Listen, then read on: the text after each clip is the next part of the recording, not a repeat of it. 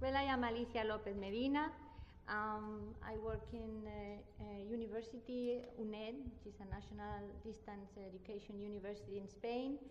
And I am the head of a unit which is called Technology Innovation. And in my unit, I am responsible for the repository, institutional repository.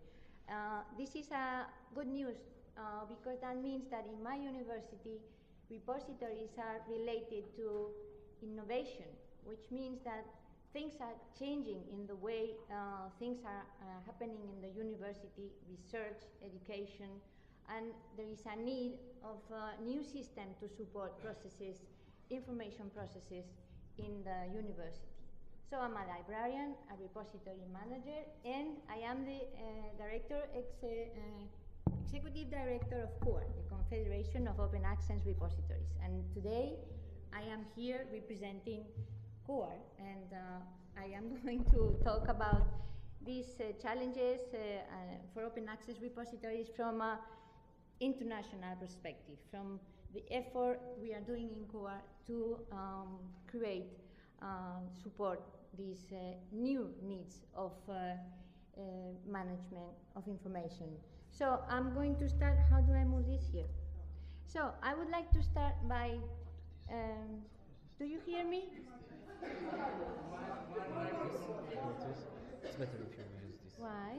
Es mejor. ¿Por qué? Así. It's better. No, look, and there is this sound. Okay. So we are talking about data, but I would like to frame up this need of data in what has changed in research. In research. I think it doesn't work. So do you hear me? Yes. Right. Okay, so data are important, but the thing is internet, and this is obvious, and we say this all the time, has made a revolutionary opportunity for many things, especially in our case for research. So research is intensive use of data, of course, but it's also, as he said, global, and it's collaborative, computationally intensive. That means that research is doing by machines, analyzing and processing all the information. And it's also virtual. This collaboration is virtual. It's done online through global collaboratives. So this is important stress for us responsible for supporting this research in terms of information management. So this means that there is another way we have to create the objects that are a result of this kind of research. We have to find another way of providing access of information, providing support for reusing, etc. So the opportunity is this open science we are talking about today, which means that this collaborative and computational intensive and global and virtual collaborative are open. So means they can share. They might share tools, results, and everything, publications, data, software. You mentioned also the question of software. So one thing then that you can see here, and it has been mentioned already, for research, it's not only data. I will talk about that later. So the idea I wanted to get in this open science concept is that the objective of open research, to be open, is to make it more efficient, more transparent, more trustworthy. So the opportunity is for scientists now is that they can do things that before they were not able to do it, or it would have taken 100 years to do it, right? So it has to be using the opportunity of new technologies and internet. So I would like to propose you a broader understanding of open access and the driver of what is driving open access. also, yes, the journals are very expensive and we have to look for a business model and stuff, but for a broader perspective, open access is moved because e-research and the requirement of e-research need open access, so the full exploitation of internet. And I will talk also about this open access intelligent. I like that very much, the intelligence of openness. So, repositories, I would like to frame repositories, open access repositories in this broader picture, not only in gold or green or publication only, but in the whole picture of research, the whole matter of needs or the whole cycle of research. And I believe that repositories, those systems that manage digital information, we can make a change. Because so far I feel like we are talking very much in a transition period, but we are very much stuck in the print area. We haven't gone, well, many researchers did, but to the native digital world, where things are happening in a different way, and concepts are also changing. So I think we can change the way research is done, not change maybe, but support the change in research by exposing rich knowledge-oriented information assets. Because remember that repositories are systems to manage, to do things with digital objects. So this is a very naive, but I think graphic of research cycle. I took it from SURF, from Leo Weichert. I don't know if you know him. Many years ago, he came to Madrid and he showed this, and I think it's a very nice expression of what is happening here. You see, this collaboration, these global and virtual communities, what we have there is a bunch of data. Data for me, I only, from the repository manager's perspective, I would like to broaden also the concept of data.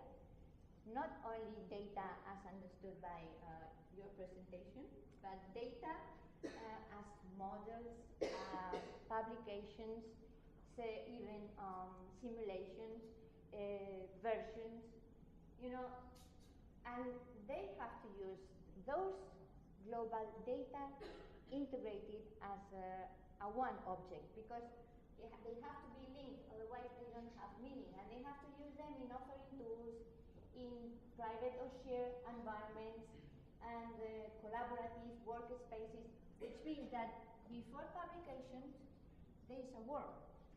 So not only happens when something is published, the story begins before that, and a lot of things are happening before the final publication is actually published. And repository, we have to follow the whole workflow of research. And here we can have open access to intermediate presentation, publications. This is final enhanced and draft enhanced publication, which means in this new research, what is a publication? It's not anymore an article. It's a complex object made out of all these pieces that the data, what they wrote, the graphics, the simulation, the software they use. All of this is, as you said, and I agree, completely dynamic. They annotate, they comment, they change, they process, they reuse. So this is an opportunity for repositories, data repositories, publication repositories, to support these complex objects and new models of use those objects. So, Berlin Declaration in 2003, they told us already how to do that. So we have internet and the technologies to make the global and interactive representation of human knowledge. And to do that, we need content and software. They must be freely accessible and interoperable. So for me, and for the point of view repositories, which are the responsible to take care of these objects, for the researchers to use them, this is what we have to do, not only open repositories, the data set repositories, web resources, all of these repositories that are responsible for managing objects. What we have to do is to make them open access, intelligent to the machines. So what means for me intelligent means that they are linked, that means they are related in a way that structure in a way that the internal structure is machine readable, so we can make this link between the data, the publication. Even we can go further, as he said in big data. Data is also the name of the researcher, and we are working in author ID, persistent identifier, and there is also the possibility for us to go the object with the rights of use that object, or the provenance, or the versions, or the comments, or the different metadata to use in different systems. So this is the representation of what the Internet in Berlin Declaration they said is the global virtual representation of knowledge. The key point is that every piece of the knowledge has to be linked, has to be linked. So this is where we have really a job to do, open access repositories. First, we have to have the content open for human, of course, with these policies that we were listening this morning. But then we have to open these to the machines, because the power of the new research is because agents and software and intelligent robots are going to use these intelligent objects we are preparing and structuring in our repositories to do marvelous things that can challenge, this climate, weather. And I put this example because it looks like e-research is only for science, but e-research is also for humanities and social science. So this is an example only of how different sources of data can be structured in a way that the machines are going to ask this. We are going to be able to ask this question that he said. I don't remember the question, but it was a very intelligent question, and the machine can understand that and answer. So because underneath we are there, the repository is managing this object in a very intelligent way. Semantic web, actually, I'm talking about. So, to realize this potential, to create this global knowledge object, to use and reuse, a key issue is interoperability. This is an interoperability workshop, and we need also, and it has been mentioned here, a community. We need to collaborate closely together, repositories, to feel like we are a community, and as we are only one part of the wider infrastructure, we also need to engage with the other parts of this e-research infrastructure. So this is why we have created the Confederation of Open Access Repositories, which is an international non-profit association. You see, we are already 100 institutions, and we are represented in many on the continents of the world. And we have created it because we need a community. We have to create a repository community in order to leader and to advance in creating this network. So we have here at only this Smith Institute. I mention it because we have many represented here from Turkey that are becoming members of COAR. İsminiz Gültekin. It's around here. There, Gültekin. But we have future members from Turkey, lately. So, what we want to do as a community, we want to create this infrastructure of repository, open access infrastructure, to facilitate that a better visibility of research results, but also a greater application. That means to make this, to facilitate researchers to do better things and more things with these objects. And and we based it on interoperability and international cooperation. So now, how many times do I have left? 10. Oh, so. So. Yeah, okay. So the first focus we have as organization, of course, as open access organization. Nothing is possible if we don't have objects in the repository. It has been said today, you know. Repositories without content, all these marvelous plans of the semantic global representation, we cannot do it because we don't have the object. So one of our focus in COAR is to give ideas to the international community about how to increase the deposit of objects in the repository. So we have a report that is coming up soon. The chair of this report is Kathleen Shearer, and she is from the Canadian Association of Research Libraries. And this is some of them that has been already mentioned, strategies to improve the deposit on the deposit in the repositories. And this is in international. So what we have is we have gathered all the experiences in different parts of the world. Japanese are very good in that. They have a wonderful program. I don't have time to show you, but it's very effective. And then there is, COAR is promoting and supporting, this is called Open Access Agreement and License Task Force. So this is multi-organization initiative. I will show you later the members. And the idea is like, we as libraries, well, some people here are librarians, right? So we make agreements in consortia or national or just institutional when we subscribe the journals and databases, and we sign agreements and clauses in those agreements. So this Open Access License Task Force wants to look for new models and innovative ways of including in those agreements open access clauses. Like, for instance, the condition in that license that when we subscribe these journals, that our authors in our institution, they are allowed to put the articles in the repositories without paying any extra. So I will show you who is participating in this. As you see, they are COAR members, but they are people not from COAR.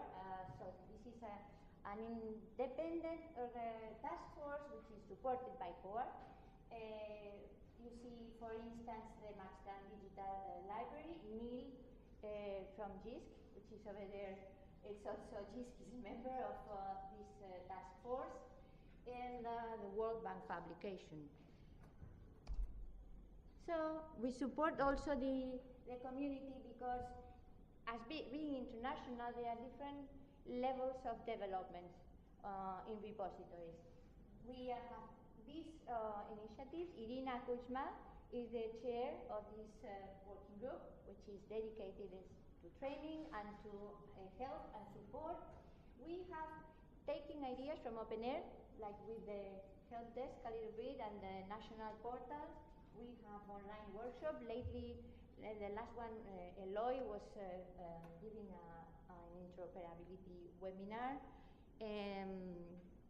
And also we provide training materials from all over the world. So it's international outreach.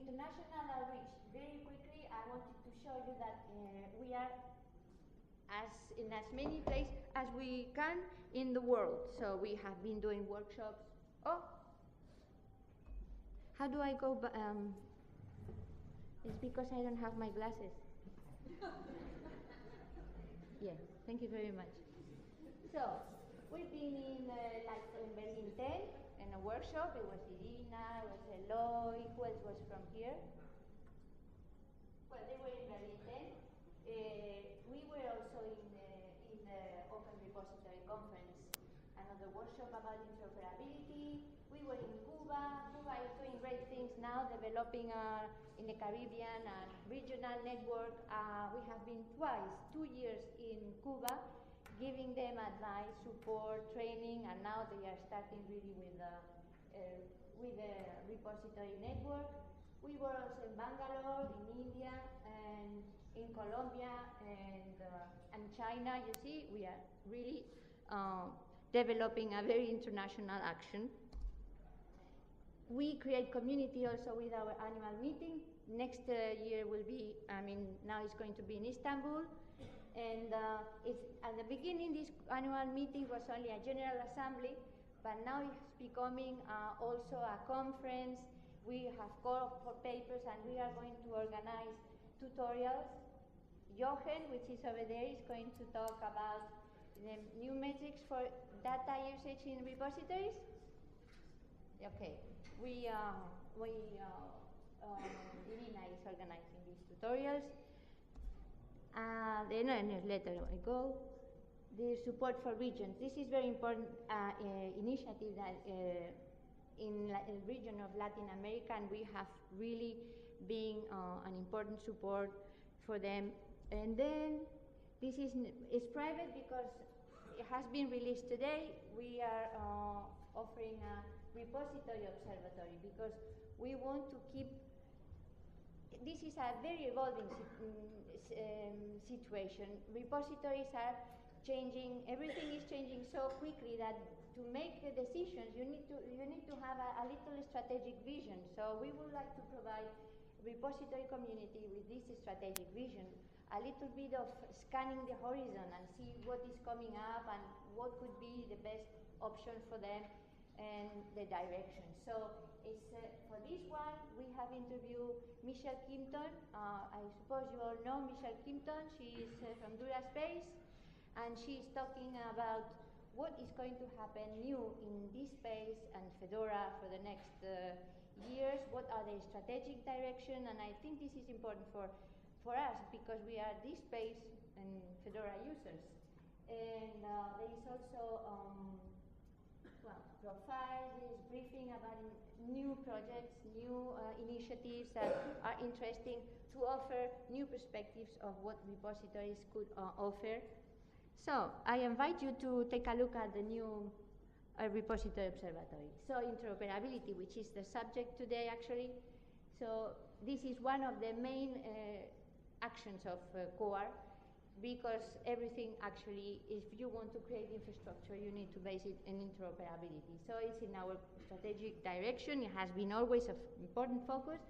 The main results to now is this current state of open access repository interoperability. I don't know if you had the chance to read it, and it has been led by Eloy, and it presents an overview actually of this is the first part, general. So the idea is to have this area of possible services and what kind of initiatives and protocols you can use if you are a repository manager and you have to take decisions. So as you see, we go from the very simple OAMPMH, which could look to you very obvious, but there are countries in the world that they don't know exactly what is that, and they are now doing these portals and they're harvesting, and they need to know also this. And we go down to this ORE, which is the frontier towards the semantic web, which will come these new, more sophisticated and complex objects in the next part of the report. Eloy? And this is nice picture, isn't it? We signed a memorandum of understanding last, no sé, Pablo? November, yeah. So this is very important because, as I said, we are only part of the infrastructure for research. And the CRIS, there's these investigation databases that we have in our universities and research institutions. They give the contextual also information about our repository documents. So, I think this is going to be a very good partnership. We will talk late tomorrow about how we organize the collaboration, but I think it's a very good news that the two communities get together, and we have we can offer, first of all, a seamless workflow for our researchers. They are very bored when they have to push buttons and upload things, and if we make it easier and we say, don't worry, you only have to go here and push the button, and the rest, don't worry, we will do it for you. So that would be very good. And then we also want to engage with the data community. So we plan to go to Gothenburg and for the Research Data Alliance launch and first plenary, and we might participate in a working group. We have to discuss that yet, but this one, data, publications, linking. So I believe everything is about linking in this world. So we are going. Yes. Today I'm talking about the semantic. So it's we will be there and we will discuss if time. So I'm finishing because I wanted to show you all the partnership we are open in core with different parts of the infrastructure. It's also important, as I told you, I'm in the library and I am a repository manager, so I'm a librarian and a repository manager at the same time. And this memorandum is really giving us, the librarians, a new role in as a profession in the university, and I think it's also important for having an international dimension. And I go there and I go there, and this is from Eloy. I finish. So I invite you to become an active in the global core community, and thank you very much for listening. Oh, here are my glasses. Any question for